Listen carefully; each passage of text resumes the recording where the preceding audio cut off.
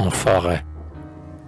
Le chêne au tronc géant, à l'épaisse ramure, plonge dans le granit de son pivot monstrueux, et le vivant réseau de sa rugueuse armure déconcerte l'effort des vents impétueux. 2 siècles, 3 peut-être et même plus encore, pèsent, sans l'incliner, sur son front souverain. Sa grande ombre enveloppe une pente sonore, où, de chênes, ses glands ont couvert le terrain. Combien il en a vu passer dans les clairières, de générations se poussant vers la mort, blond couple d'amoureux ou cohortes guerrières, ou chasseurs affolés courant au son du cor, qu'il en a vu tomber sous les haches sifflantes de ses contemporains en cadavres changés, mutilés par des mains calleuses ou tremblantes. Dans quelle vaste sueur ont-ils été rangés? Au pied de l'arbre-ci, le garde prend haleine. Sur son front sillonné ruisselle la sueur. Ses cheveux sont crépus comme une blanche laine, et son œil jette encore une chaude lueur. Il a compté pourtant un redoutable nombre d'hivers accumulés dans la nuit des grands bois. Dans un ciel tour à tour étincelant ou sombre, il salua Noël plus de 70 fois. Au flot pur de l'amour, il a trempé sa lèvre, lorsqu'en son jeune cœur fleurissait le printemps.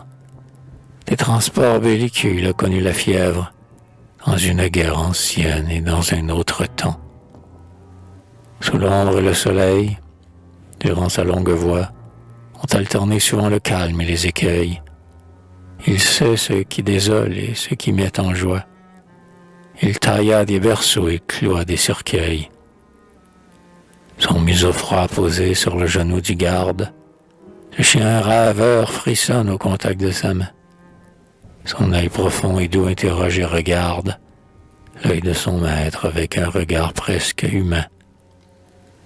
Il prête au moindre son une oreille exercée. Du délinquant furtif, il devine le pas. Et, dans le fourré sombre ou la claire percée, il poursuit le coupable et ne le manque pas. Il a vu 15 fois revenir en septembre la meute et les piqueurs avec leurs longs couteaux, et 15 fois mûrir la lise couleur d'ambre, et 15 fois aussi naître les louveteaux. En détail, il connaît les replis du triage, coupe, taillis, futais, éclaircis, semis, et ses troncs familiers qu'il effleure au passage, et ses rochers moussus lui semblent des amis.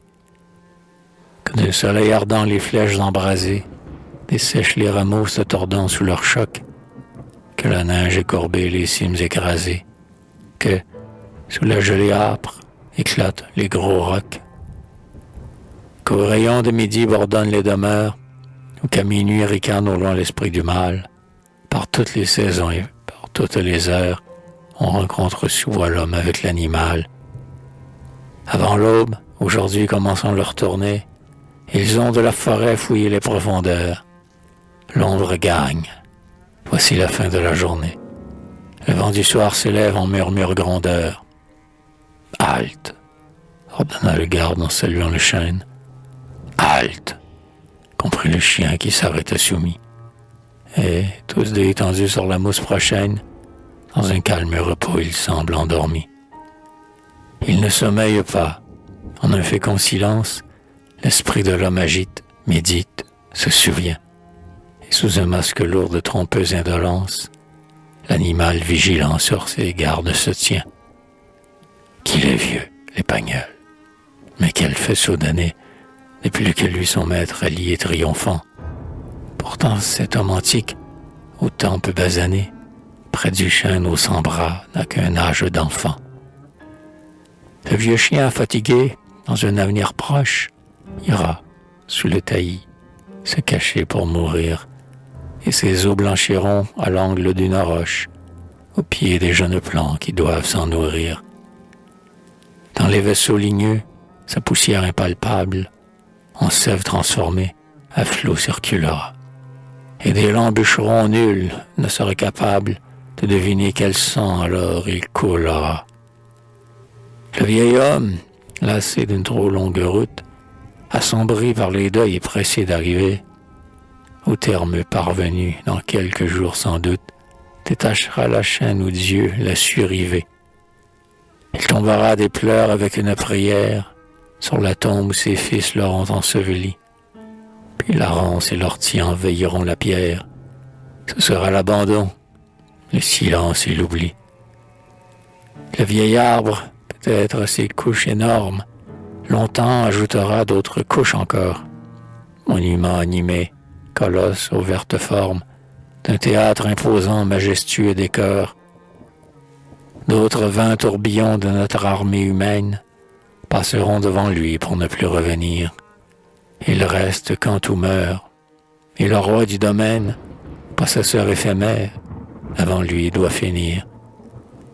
Mais si l'homme traverse ainsi qu'un météore, l'étendue où la bise éteint chaque rayon, si le parfum de l'urne en ses mains s'évapore, si quelques mots à peine ont usé son crayon, la tombe ouvre pour lui des entrailles fécondes, où germe le grain mûr de l'immortalité.